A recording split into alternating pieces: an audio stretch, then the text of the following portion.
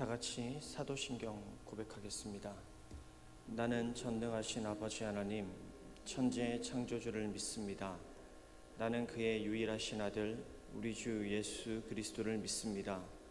그는 성령으로 잉태되어 동정녀 마리아에게서 나시고 본디오 빌라도에게 고난을 받아 십자가에 못 박혀 죽으시고 장사된 지 사흘 만에 죽은 자 가운데서 다시 살아나셨으며 하늘에 오르시어 전능하신 아버지 하나님 우편에 앉아 계시다가 거기로부터 살아있는 자와 죽은 자를 심판하러 오십니다.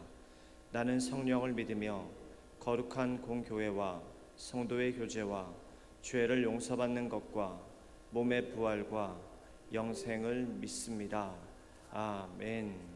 찬송가 85장 9절을 생각만 해도 찬송합니다.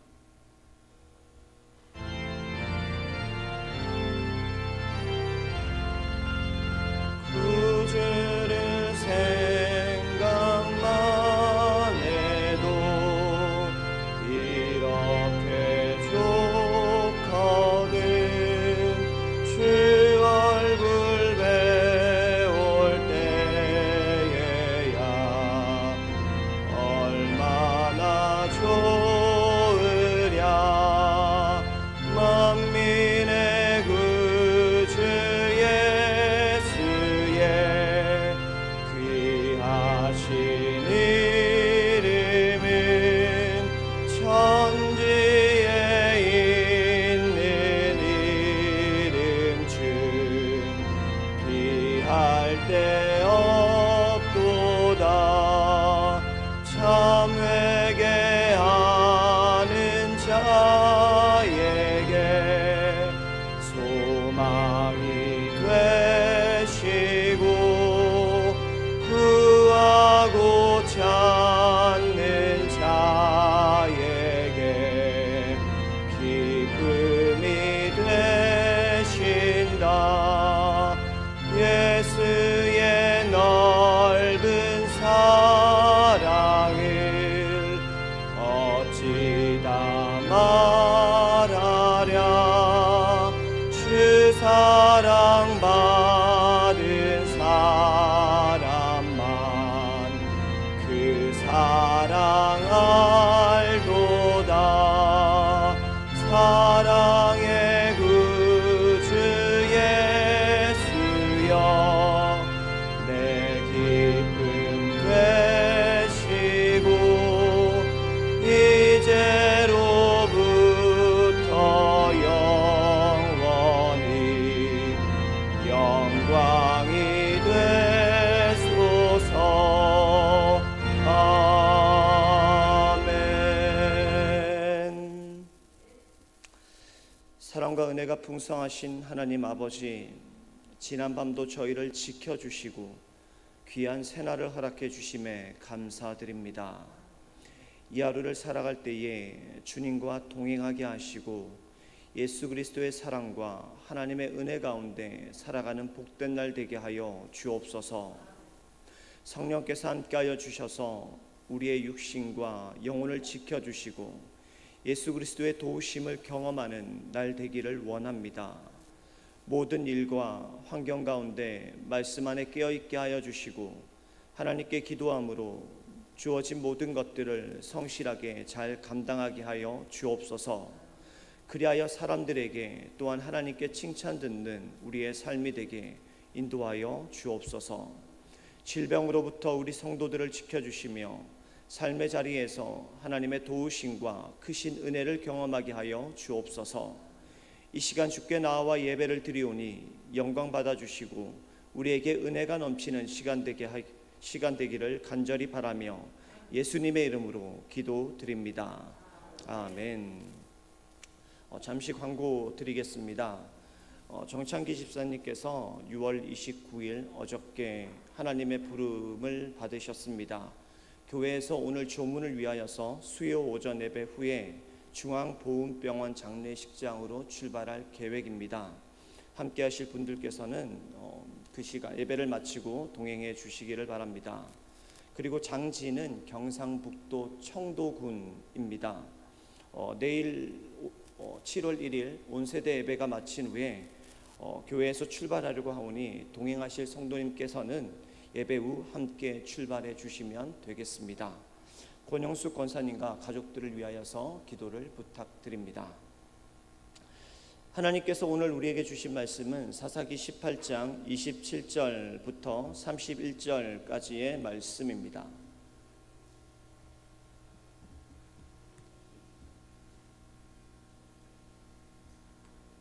사사기 18장 27절부터 31절까지의 말씀입니다.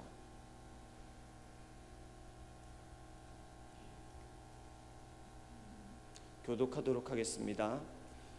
단자손이 미가가 만든 것과 그 제사장을 취하여 라이스에 이르러 한가하고 걱정 없이 사는 백성을 만나 칼날로 그들을 치며 그 성읍을 불사르되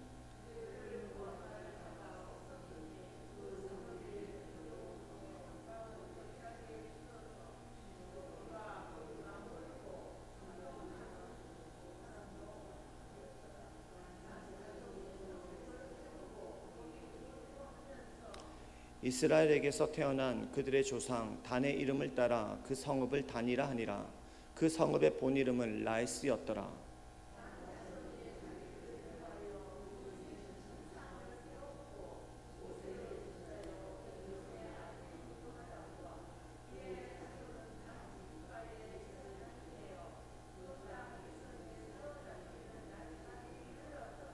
함께 읽습니다. 하나님의 집이 실로에 있을 동안에 미가가 만든 바 새긴 신상이 단 자손에게 있었더라. 아멘. 이는 주님의 말씀입니다. 하나님께서 가나안 땅을 이스라엘 백성들에게 정복하라고 하셨습니다. 그래서 여호수아는 가나안 땅을 정복할 때에 가나안 족속들을 칼날로 치고 또 불로 성읍을 살랐습니다. 단순히 하나님께서 이스라엘 백성들이 거주할 땅이 필요해서 가나안 땅을 정복하라 하신 것이 아니죠. 가나안 땅에 살고 있었던 족속들, 그들의 죄악이 극악했고 하나님의 심판이 결정된 상태였기 때문에 하나님께서는 이스라엘을 심판의 도구로 사용하셨던 것입니다. 본문에서는 또 하나의 정복 사건이 등장하고 있습니다. 단지파가 라이스 땅을 정복하고 있습니다. 하지만 이 사건은 가나안 정복과는 전혀 다릅니다. 라이스 땅은 하나님께서 정복하라고 주신 땅도 아니고 라이스에 있는 사람들은 하나님의 심판이 결정된 사람들도 아닙니다. 읽었던 말씀 27절의 말씀대로 한가하고 걱정 없이 사는 백성들이 있는 곳이 바로 라이스 땅이었습니다. 이 백성을 유린하는데, 이 땅을 정복하는데 단지파는 자기들 마음대로 하나님의 이름을 앞세웠습니다. 미가를 돌려보내고 다시 라이스로 향하는 단지파 사람들은 행복했겠죠. 이제 누군가 나타나서 우리를 귀찮게 하지 않을 거야 라고 생각했을 것이고, 또 모든 일이 잘 진행되고 있네, 순탄하네, 그리고 우리를 지켜줄 제사장이 있네, 하나님께서 우리를 인도하셔 라고 생각했습니다. 자, 그렇게 그들은 하나님께서 주신 땅을 넘어서 가나안 땅의 북쪽 끝 경계를 넘어섰습니다. 그리고 라이스 땅에 도착했죠. 말로만 들었던 라이스 땅을 보았습니다. 듣던 대로 평화스러웠어요. 그리고 어느 하나 부족함이 없게 보였습니다. 정말 잘 왔다는 생각이 들었고, 하나님께서 우리를 축복하셨구나 라고 믿었습니다. 사사기 18장 27절 말씀을 우리가 함께 읽어보겠습니다. 시작. 단자손이 미가가 만든 것과 그 제사장을 취하여 라이스에 이르러 한가하고 걱정 없이 사는 백성을 만나 칼날로 그들을 치며 그 성읍을 불사르되. 여기서 걱정 없이 사는 백성을 만났다라고 우리가 가지고 있는 성경에 기록하고 있는데, 이 만나다라는 단어는 다르게 번역하면은요, 어떤 사람을 갑자기 덮친다라는 것으로 해석이 됩니다. 그러면 우리가 읽었을 때 달라지죠. 한가하고 걱정 없이 사는 백성을 갑자기 덮쳐서 칼로 그들을 치고 성을 불태웠다라는 말씀으로 바뀌어요. 잔인하죠. 하나님의 이름으로 이 잔인한 행동이 행해졌습니다. 하나님의 이름으로 악한 일이 행해지면 안 되죠. 하나님의 이름으로 행해지는 악한 일이 무엇일까 생각해 보면은요, 나랑은 별로 상관이 없는 것 같다라는 생각이 듭니다. 사회적 비난을 받는 일부 교회들이 저지른 사건들, 아니면 교회 중직들의 부정부패들, 종교적 이익을 위해서 행해진 역사적 사건들이 하나님으로 행해진 악한 일들이구나 라고 우리는 생각이 듭니다. 역시 이 일은 나와 상관이 없이 멀게만 느껴집니다. 담임 목사님께서 새벽 예배 때에 마태복음 말씀을 전해주고 계십니다. 말씀을 듣고 있으면은요, 예수님께서 계속해서 언급하는 무리들이 있습니다. 제사장, 바리새인, 서기관들입니다. 이들은 당시 누구보다 하나님 말씀을 잘 알고 있었고 또 열심으로 하나님을 섬겼고 또 백성들에게 하나님 말씀을 가르치는 사람들이었죠. 그런데 예수님께서 이들을 언급하신 이유는 너희들 잘하고 있다 라는 칭찬하려고 언급하지 않으세요. 하나님의 이름으로 또 율법을 가지고 당시 백성들을 정죄하고 무거운 짐을 지우고 있었기 때문에 너희들 그러면 안 돼 라는 의미를 가지고 그들의 이름을 언급합니다. 이들이 행한 일이 있습니다. 모세의 율법을 가지고 수백 개의 명령 규정을 만들었고 백성들이 그 많은 규정을 지키도록 했습니다. 그리고 그것을 잘 몰라서 또는 지키고 싶지만 너무나 가난해서 도저히 지킬 수 없는 사람들을 그 잣대를 가지고 판단하고 정죄했습니다. 하나님의 이름으로 영혼을 짓밟았습니다. 사도 바울은요, 로마서 1장 18절부터 32절까지 하나님을 부인하고 불경건하고 불의를 행하는 이들의 죄를 조목조목 열거하면서 이런 일을 행하는 사람은 사형에 해당된다라고 지적을 합니다. 이 지적에 대하여서 두 손 들고 아멘 하는 사람들이 있었습니다. 그들은 하나님을 믿고 율법을 지키며 산다고 생각하는 바로 유대인들이었죠. 이렇게 말했을 거예요. 옳습니다. 하나님을 믿지 않는 저 이방인들 다 죽여야 합니다. 죽어 마땅합니다 라고 했습니다. 그런데 사도 바울이요, 바로 이 사람들에게 찬물을 끼얹는 선언을 합니다. 로마서 2장 1절 말씀 우리가 함께 읽어보겠습니다. 시작. 그러므로 남을 판단하는 사람아, 누구를 막론하고 내가 핑계하지 못할 것은 남을 판단하는 것으로 내가 너를 정죄함이니 판단하는 내가 같은 일을 행함이니라. 아멘. 사도 바울은요, 이방인들보다 유대인들에게 더 큰 죄가 있다고 합니다. 하나님을 잘 믿는 유대인들에게 하나님을 믿지 않는 이방인들보다 더 큰 죄가 있는데 그게 바로 뭐냐? 바로 남을 판단하고 정죄하는 죄입니다. 하나님의 이름으로, 하나님의 말씀이라는 이유로, 하나님의 율법으로 누군가를 정죄하고 판단하는 것, 그게 얼마나 큰 죄인지 모르겠느냐, 그게 얼마나 악한 일인지 모르겠느냐 라고 말하더라는 거예요. 우리는 그리스도 안에서 누구도 정죄할 수 없고 누구도 판단할 수 없다는 것을 너무 잘 알고 있습니다. 하지만 우리 안에는 다른 사람을 비판하고 판단하는 깊은 죄성이 남아 있어요. 깊은 죄성이 남아 있습니다. 이것을 아마 인정하실 거예요. 더욱 무서운 것은 신앙생활을 오래 하고 교회의 중요한 사람이 되어갈수록 더 많이 판단하고 사는 사람을 정죄하게 된다는 것입니다. 하나님의 이름으로 행해지는 악한 일, 나와 상관없는 일이 아니죠. 내 안에 그 일이 있을 수 있답니다. 그동안 판단하고 정죄한 죄가 있다면요, 회개하고 주님을 바라보아야 합니다. 그리고 주님의 눈으로 다른 사람을 바라볼 수 있기를 위해 기도하시기를 바랍니다. 사사기 18장 29절 말씀 우리 함께 읽어보겠습니다. 시작. 이스라엘에게서 태어난 그들의 조상 단의 이름을 따라 그 성읍을 단이라 하니라. 그 성읍의 본 이름은 라이스였더라. 고생 끝에 라이스에 도착했습니다. 그리고 그 땅의 사람들을 몰살시키고 이제 주인이 되었습니다. 살인과 파괴로 정복한 거죠. 그리고 그곳에 성읍을 세우고 정착 생활을 시작하면서 그곳에 이름을 짓습니다. 단이다. 마치 하나님께서 주신 성읍처럼 자신의 조상들의 이름을 따라서 단이다 라고 이름을 붙였습니다. 잔치가 벌어졌을 거예요. 야, 드디어 도착했어. 이런 땅이 어딨어 라면서 행복해했습니다. 특별히 정탐꾼들에게 어떻게 이런 좋은 땅을 발견했느냐, 우리가 올 때는 몰랐는데 이렇게 좋은 땅이 있었느냐라고 하면서 칭찬했겠죠. 정탐꾼들은 큰 소리로 이렇게 말했습니다. 하나님이 주셨습니다. 주께서 주셨어요 라고 말했답니다. 라이스는 가나안의 최북단에 위치하고 있습니다.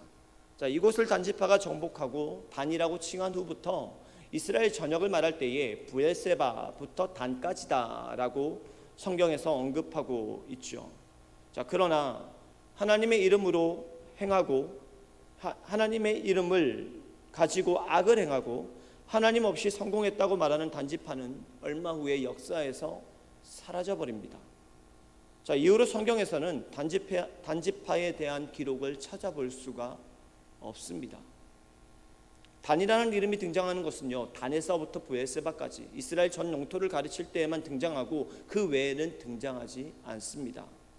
족보가 나열되어 있는 역대기에 등장하는 족보 안에서도 단지파에 속한 인물은 한 명도 언급되지 않습니다. 더 심각한 것은 요한계시록 7장 말씀을 보면은요, 이스라엘 자손의 각 지파 중에서 인침을 받은 자들이 나오는 장면이 있습니다. 거기서 14만 4천 명을 등장합니다. 12지파를 언급하는데 그 가운데 단지파의 이름은 빠져 있습니다. 계시록 7장 5절과 8절 말씀에 단지파의 이름이 없어요. 하나님의 약속이 마음에 들지 않는다고 자기의 땅을 찾아 나서고 내가 만든 신을 섬겼기 때문이죠. 우상 숭배로 하나님을 버렸습니다. 약속의 땅을 떠남으로 하나님의 품에서 벗어났습니다. 스스로 하나님을 떠났습니다. 결국 지워져 버렸답니다. 사사기 18장 30절 말씀 보면 이렇게 말합니다. 단자손이 자기들을 위하여 그 새긴 신상을 세웠고 모세의 손자요 게르솜의 아들인 요나단과 그의 자손은 단지파의 제사장이 되어 그 땅 백성이 사로잡히는 날까지 이르렀더라. 멋진 땅에 멋진 마을을 구성하고 미가에게서 빼앗아온 신상을 가지고 신도 만들었죠. 그리고 그 집에서 데리고 온 제사장을 단지파의 제사장이다 라고 세웠습니다. 근데 그 사람이 누구냐를 알려주고 있어요. 그 사람은 모세의 손자요 게르손의 아들인 요나단입니다. 여기서 왜 모세의 이름이 등장하냐라고 생각할 거예요. 이스라엘을 애굽 땅에서 이끌어내고 광야를 인도한 그 위대한 모세의 손자가 바로 레위 청년이었습니다. 재미있는 것은 히브리어 본문에는요, 모세라는 단어 사이에 작은 문자를 집어넣어서 므낫세라고 읽도록 하고 있습니다. 아마 여러분들이 가지고 있는 성경을 보면은 옆에 기역일이라고 적혀서 아래쪽에 므낫세라고 적혀 있을 거예요. 실제 성경의 번역본 중에 하나인 킹제임스에서는 이 구절을 므낫세의 손자다라고 번역하고 있습니다. 그러나 탈무드나 70인역, 수리아역에서는 모세의 손자로 기록하고 있기 때문에 모세의 손자다라고 읽어야 한다고 하는 주장이 지배적입니다. 자, 신학자들이 왜 성경 필경사들이 이와 같이 모세를 므낫세로 읽도록 바꿨을까를 설명합니다. 모세의 이름을 신성시하던 히브리인들이 모세란 이름을 다른 이름으로 표기함으로써 불경죄에 빠지지 않기 위해서이다. 또 다른 사람들은요, 단지파를 우상숭배죄로 몰고 간 요나단을 모세와 같은 레위지파 출신으로 인정하고 싶지 않아서이다 라고 말합니다. 우선 모세의 손자라는 표현은요, 씁쓸함을 가져다 줍니다. 모세의 자손이 타락하는데 3대가 채 지나지 않았습니다. 모세는 위대했습니다. 그러나 그 손자 요나단은 아닙니다. 단지파도 마찬가지죠. 40년의 광야길을 지나서 약속의 땅인 가나안 땅에 들어갔답니다. 하나님의 은혜를 경험했고 하나님의 인도도 경험했습니다. 위대하죠. 하나님의 도우심, 하나님 없이 살 수 없는 백성들이었습니다. 하지만 그 믿음을 이어가지는 못했습니다. 약속의 땅을 버리고 내가 원하는 땅을 찾아 떠나고 하나님을 버리고 우상을 섬겼습니다. 단지파의 이름도 사라졌고 그들은 타락했습니다. 자, 모세의 손자인 요나단을 보면서 그리고 지금 라이스 땅에 들어간 단지파를 보면서 우리는 한 가지 기억해야 할 것이 있습니다. 신앙은 철저히 개인적인 것입니다. 나의 부모가, 나의 할아버지가 누구였느냐 중요하지 않습니다. 우리의 선조가 광야길을 어떻게 통과했느냐, 우리의 선조가 이 가나안 땅에 어떻게 들어왔느냐, 애굽을 어떻게 나왔느냐 중요하지 않습니다. 지금 내가 어떻게 하나님을 믿고 있는가가 중요합니다. 몇 대째 예수를 믿는 가문이라는 것은 사람들의 존경을 받을 만하죠. 존경받아야 합니다. 하지만 그것이 나의 신앙과는 상관이 없고 나의 구원을 보장해 주지도 않습니다. 교회를 위하여서 수십 년의 시간을 헌신해 왔다는 것이 사람들의 칭찬을 받을 수 있습니다. 그리고 받아야 합니다. 그러나 이건 역시 나의 신앙과는 상관없고 나의 구원을 보장해 주지도 않습니다. 더 나아가서 나의 신앙이 나의 자녀의 신앙과 나의 자녀의 구원을 보장해 주지 않습니다. 중요한 것은 지금 내가 어떤 모습으로 하나님 앞에 서 있는가, 그리고 앞으로 어떤 모습으로 주님 앞에서 기억되는 삶을 살 것인가 하는 것입니다. 단지파의 이주는 어떻게 하면 편하게 살아볼까라는 생각으로 시작된 거죠. 하나님께서 주신 땅에 들어갔는데 그 땅에서 자신을 괴롭히는 족속들이 있고 결국 밀리고 밀려서 산에 올라가게 살게 되니까 불편한 거예요. 그래서 어떻게 하면 편하게 살아볼까, 좀 더 쉽게 살아볼까 라는 생각으로 이주가 시작되었습니다. 그 모든 일은 계획대로 순적하게 그리고 형통하게 이루어졌습니다. 라이스라는 넓은 표원이 펼쳐진 땅을 차지할 수 있었고 무엇 하나 부족한 것 없는 풍성한 땅에서 정말 편하게 살 수 있게 되었습니다. 목표를 이루었어요. 그러나 편해지기 위해서 단지파는 해서는 안 될 일을 했습니다. 그리고 가장 중요한 것을 잃어버렸습니다. 하나님이 정해주신 땅을 벗어났고 하나님의 이름으로 악을 행했고 우상을 섬겼고 결국 하나님을 잃어버렸습니다. 처음 주신 땅을 정복하는 것이 어려웠던 것처럼 하나님 말씀에 순종하는 길이 어렵습니다. 절대 편하지 않습니다. 그런데 편해지기를 바란다면요, 우리가 보고 있었던 단지파, 그리고 미가의 집, 그리고 레위 청년처럼 하나님을 버리고 내 소견에 옳은 대로 행하게 되는 겁니다. 사탄은 넓은 길을 보여주면서 우리를 편한 길로 유혹합니다. 이리 와, 넓은 길이야, 쉽게 갈 수 있어, 더 좋은 것을 누릴 수 있어, 다른 사람들이 탐낼 만한 것이 여기 있어 라고 말합니다. 하지만 주님은 좁은 문, 좁은 길에 서서 우리를 향해서 이리 와야 돼 라고 부르십니다. 선택해야 합니다. 오늘 어느 길을 선택하겠습니까? 앞으로 어느 길로 걸어가시겠습니까? 주님께서 오라 하는 길을 선택하고 걸어가는 성도님들 되시기를 주님의 이름으로 축복합니다.